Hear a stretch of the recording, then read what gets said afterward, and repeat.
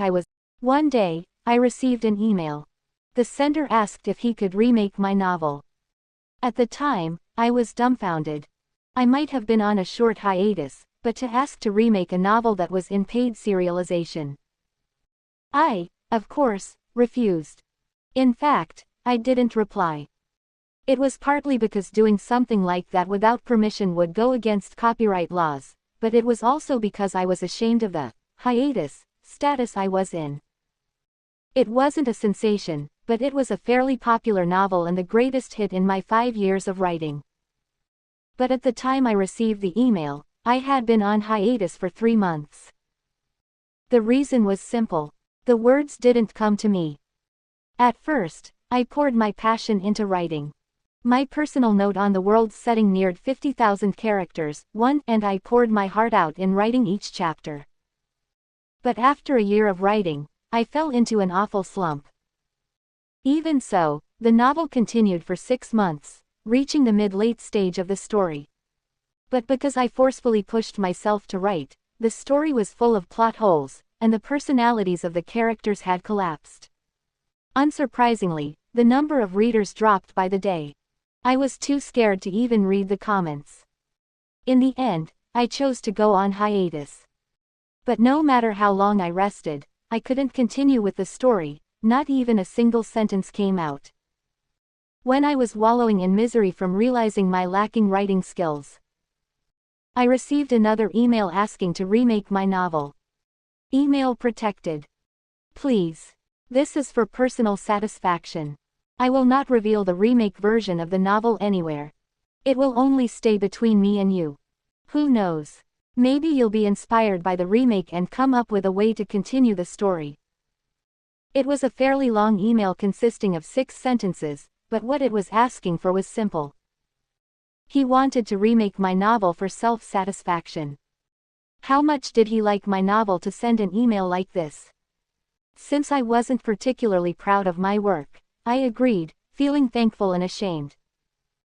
In that case, was that the cause of this situation?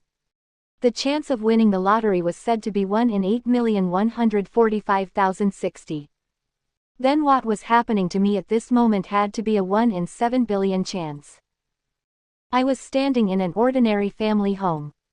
But the world I was in wasn't my world, and I wasn't me. Though one might think I was being philosophical, I really wasn't. It was just the best way to describe the situation I was in. I had become an extra in my novel. An extra I had no memory writing about. Kim Chundong. Chundong lived in an ordinary apartment room, but he didn't have parents. As for why, I, of course, didn't know. At 9 years old, Chundong was admitted to Agent Military Academy, a place to nurture elites to fight monsters and djinns.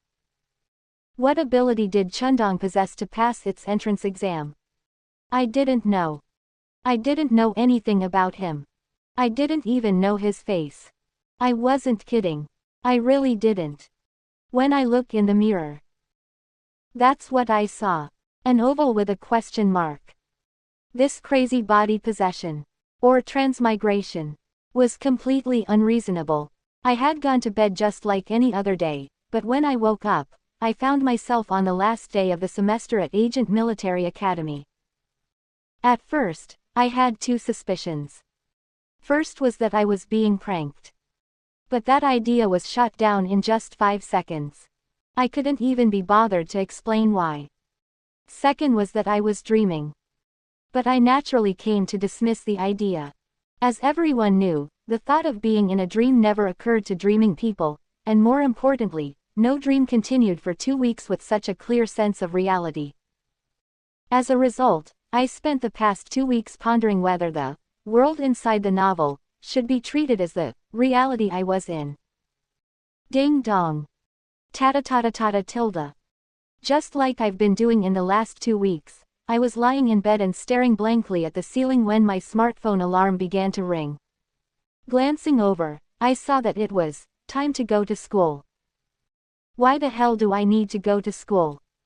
13 days ago, it was Agent Military Academy's graduation.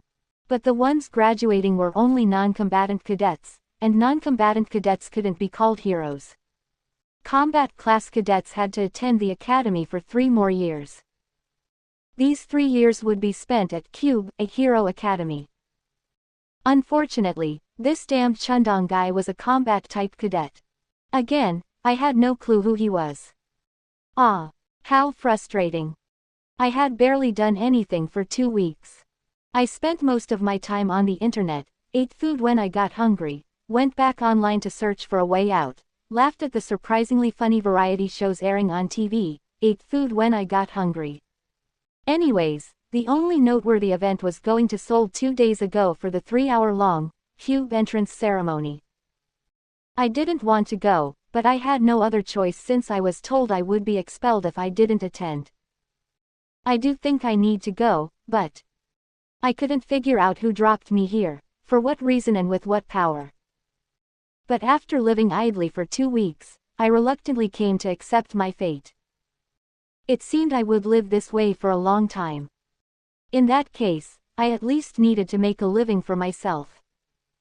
In my novel, being a hero was anyone's dream job.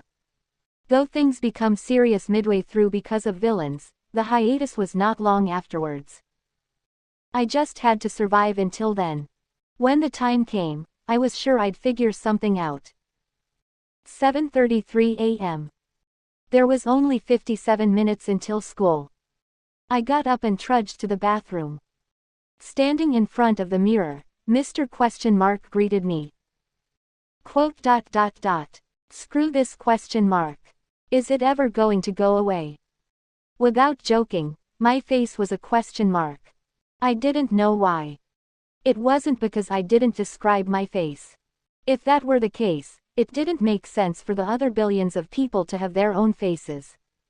So why was only Chundong's face a question mark? I don't get it. Murmuring begrudgingly, I washed my face. I could feel my skin.